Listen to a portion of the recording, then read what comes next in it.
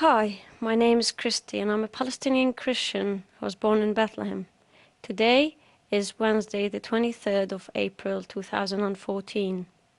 I'm here to share with you publicly about a promise that Dr. Saeb Erekat, our senior negotiator, has given me in Oxford on Al Jazeera's program Head to Head, where he said, "I promise that in my lifetime we'll have freedom of speech, transparency, women's rights."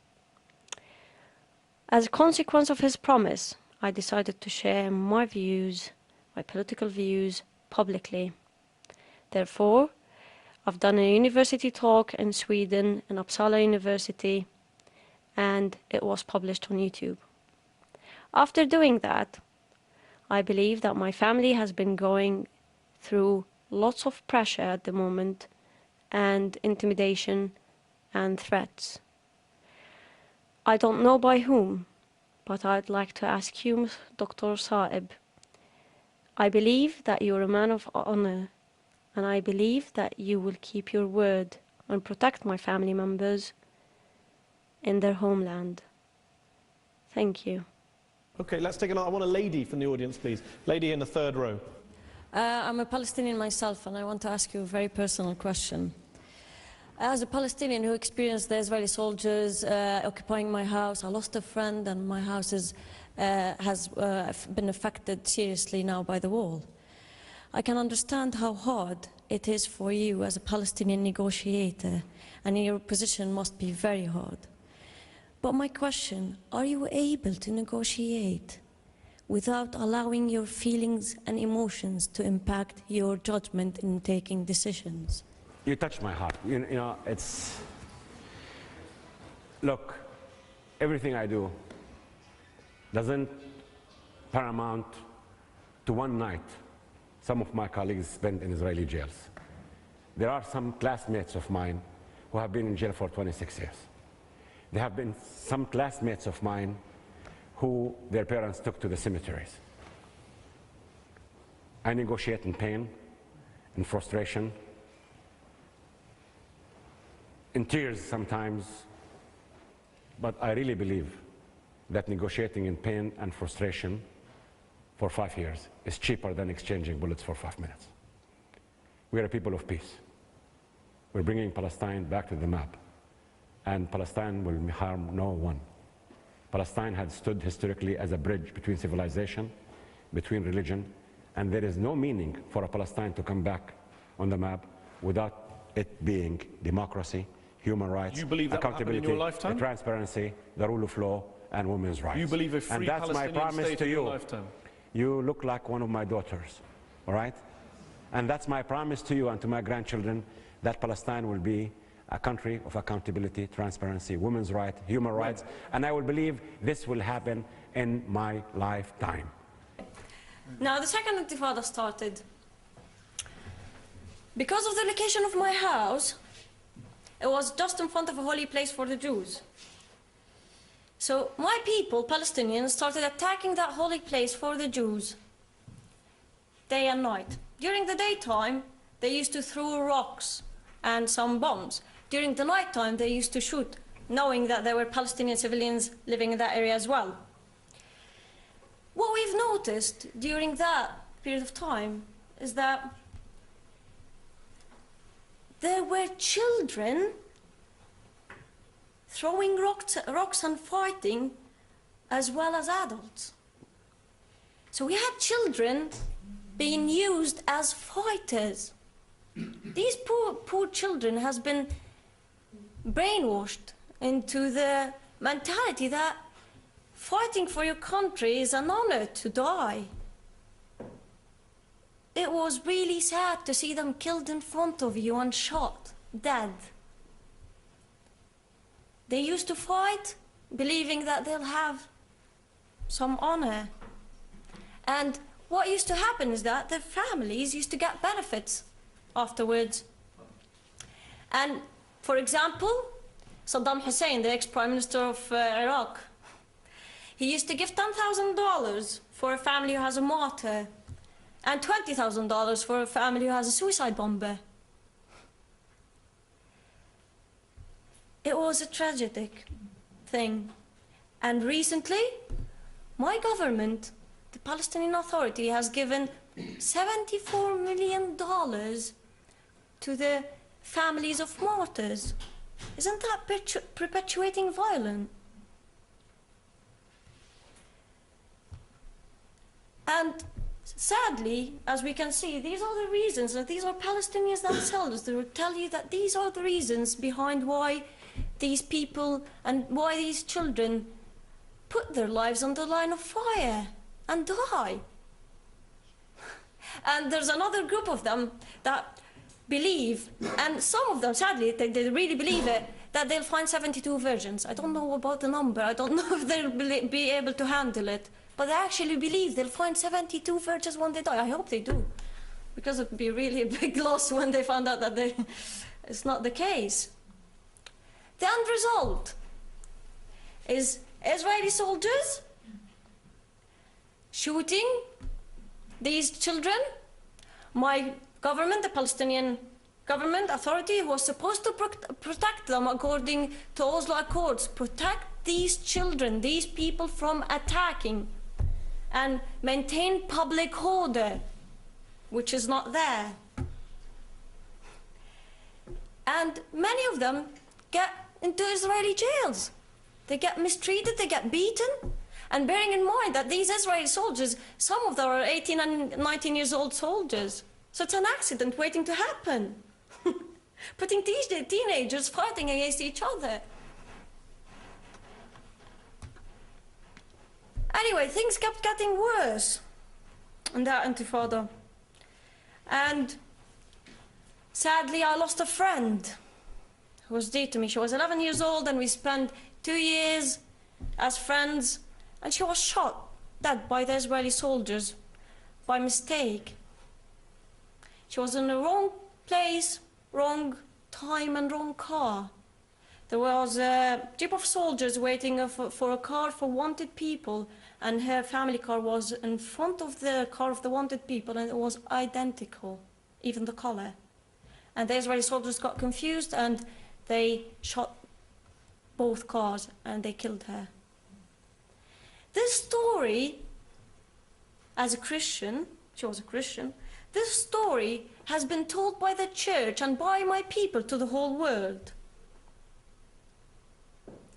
But at the same intifada, I had an uncle,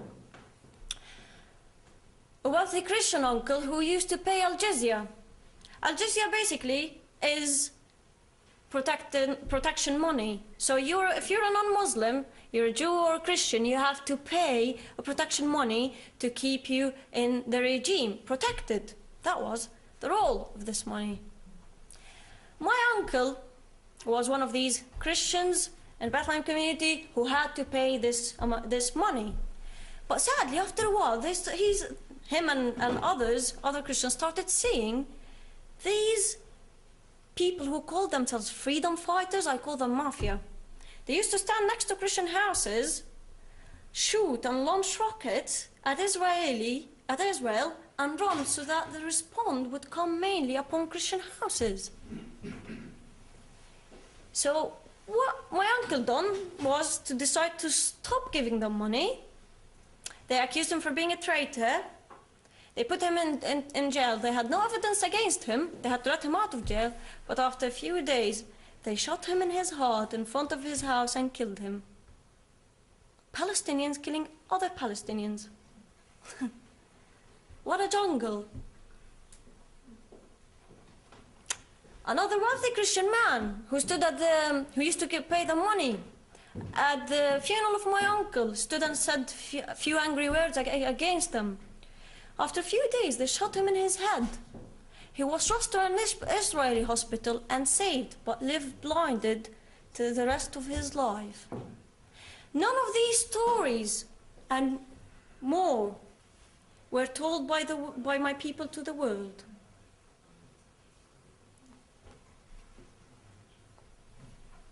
At the Intifada, the number of Christianity started decreasing big time, sadly.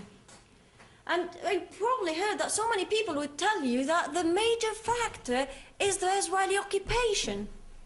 Well, I believe in facts and statistics. If we look at the percent of Christianity in Bethlehem area, it was 81%. And after the Israeli occupation, it got into 85%. It actually increased. It decreased after the the two intifadas and the rising of the PLO and the radical group Hamas. If the reason and the major factor is the Israeli occupation, why is it affecting the number of Christianity only?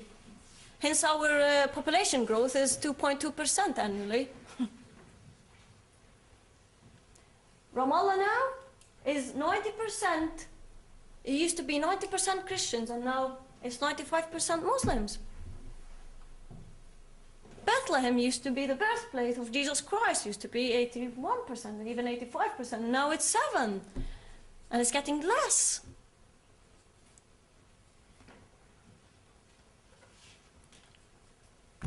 Things kept getting worse through that intifada. And a series of suicide attacks, deadly suicide attacks, were done by my people, sadly, against Israel civilians, and even killed Palestinians. These people used to put bombs on themselves and kill themselves and others. It was horrible. And what happened afterwards is that on the year of 2002, and it was Yom Kippur, it was the Passover in one of Netanyah's hotel, a suicide bomb happened, a suicide attack happened, and it killed so many Jews. I don't remember the number. And after that, Israel decided to put the wall. I was young at that time, and all I remember was going to school and coming back, and one day, finding the wall surrounding my house from three sides, making it the only unique house in West Bank and Gaza with that particular situation. We lost our businesses, our life got destroyed, you know, having a wall in front of you, surrounding your house, in an isolated area. We have 4 cameras filming us 24/7. I used to joke with my family members, if you find your video on YouTube having a shower, no, it's one of these cameras. I hope they haven't researched it, but if you look at this picture, it's this is my house, and this is how far it is. It should have been closer, and I have a grandmother that can't walk properly, and it would have been an issue to get her into the house. But while digging to build the wall, they found the sewage pipes. So I used to joke we were saved by the sewage. They had to put it a bit further.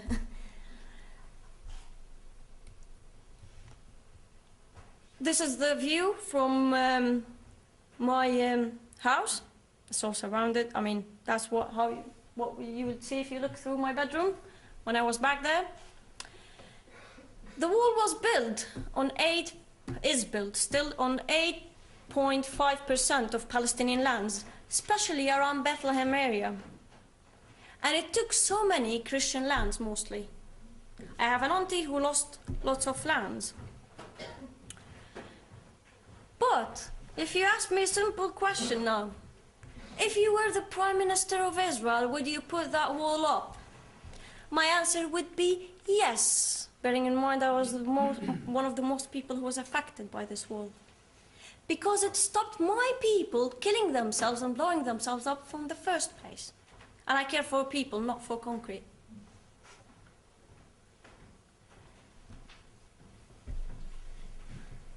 Afterwards, the second intifada ended, and I decided to study law.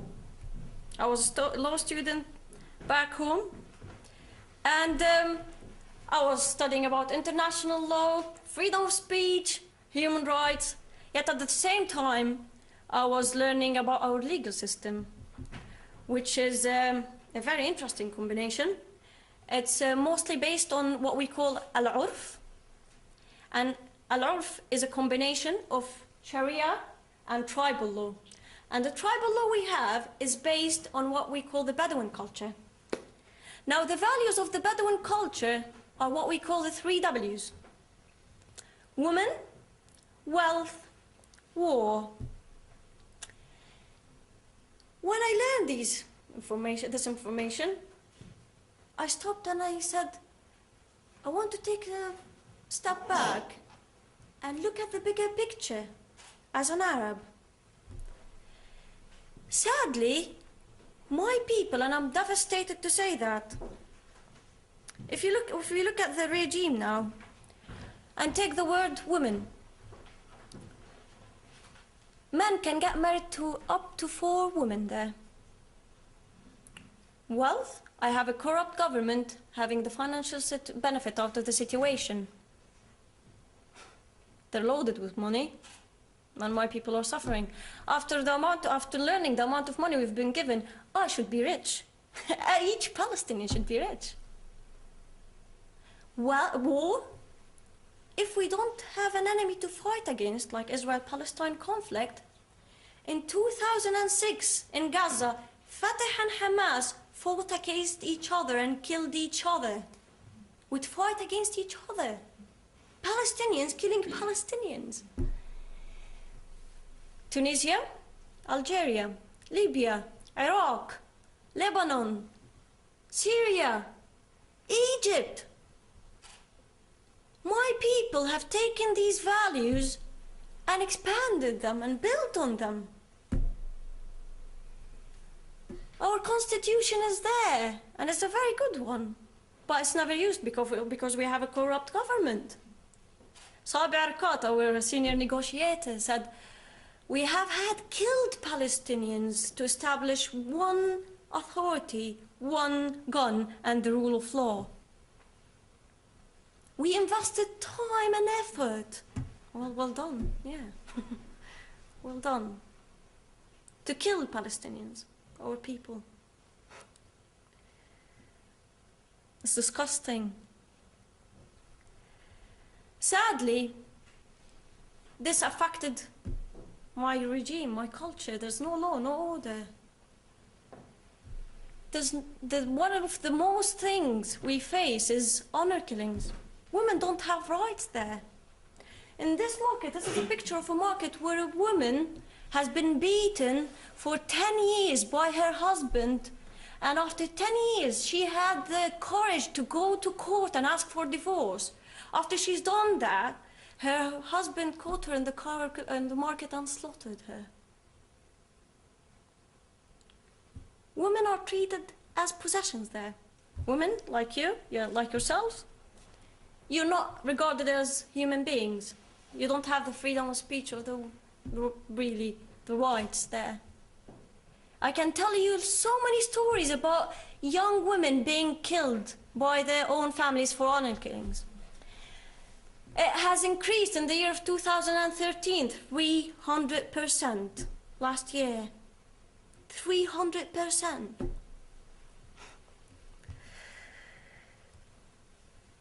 They get sexually harassed walking in the streets.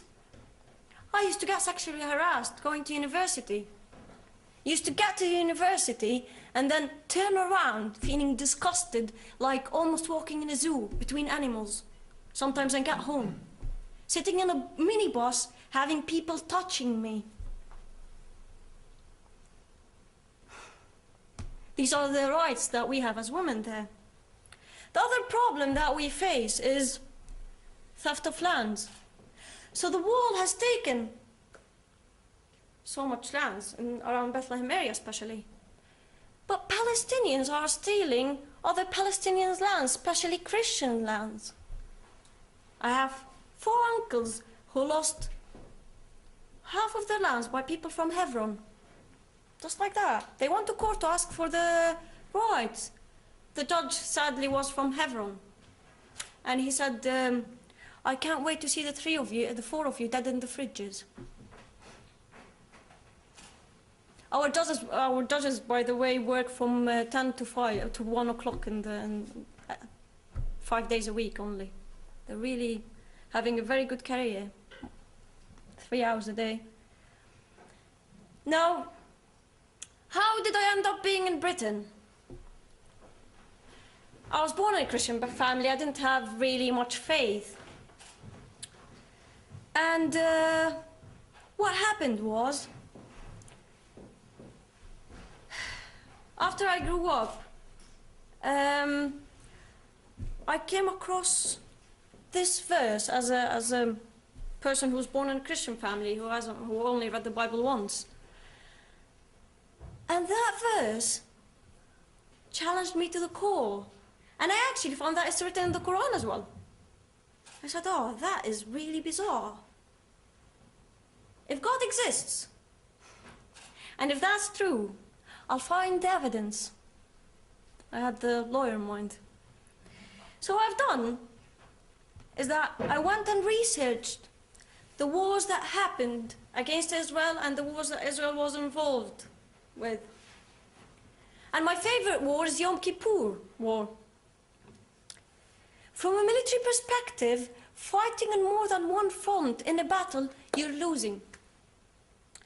Israel was attacked from the north by Lebanon and Syria, from the east by Jordan, from the south by Egypt. Lebanon went down. Israel had 150 tanks, and Syria had 1,400 tanks. From the south, Israel had 500 soldiers on duty, and Egypt had 80,000 soldiers on duty. And Israel won and took more lands. That wasn't them being superheroes, that was God's plan God's hand for me. That was an evidence. After learning that, I decided, well, I have freedom of speech, I have human rights, I want to exercise that and share my beliefs. And what happened was, when I started sharing my beliefs with a small group and simply saying, I believe that God has given this land to the Jews and as an everlasting covenant. They're there, we're here, let's have two states and move on, have a life. And if you don't want to take on my beliefs, well, how many Christian countries we have around the world? How many Muslim countries we have around the world? Why can't the Jews have one country?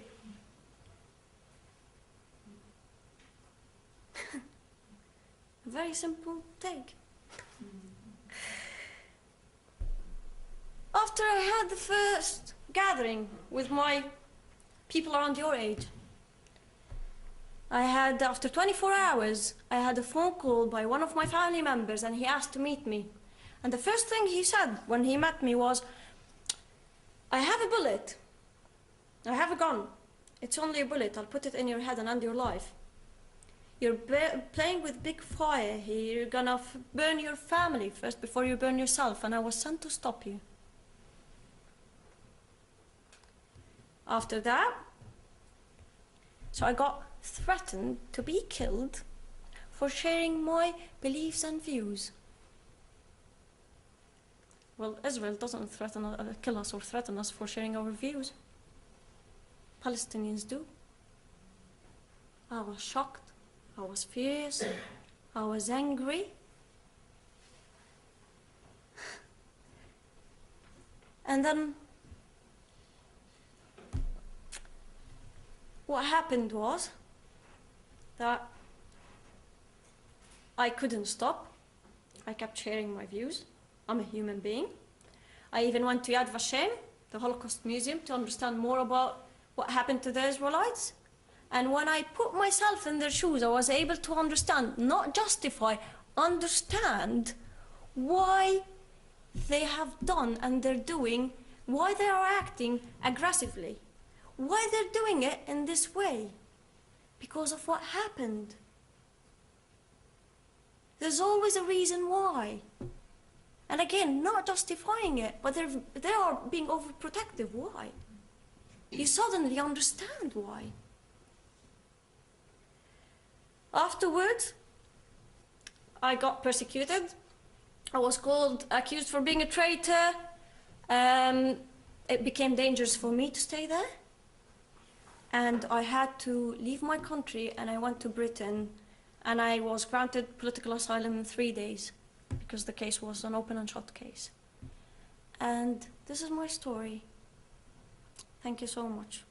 Now, after you watched both of the videos and you've seen my point of view on the current situation of the Palestinian territory, I think you'd be interested to know that I've been threatened to be killed here in England. Thank you.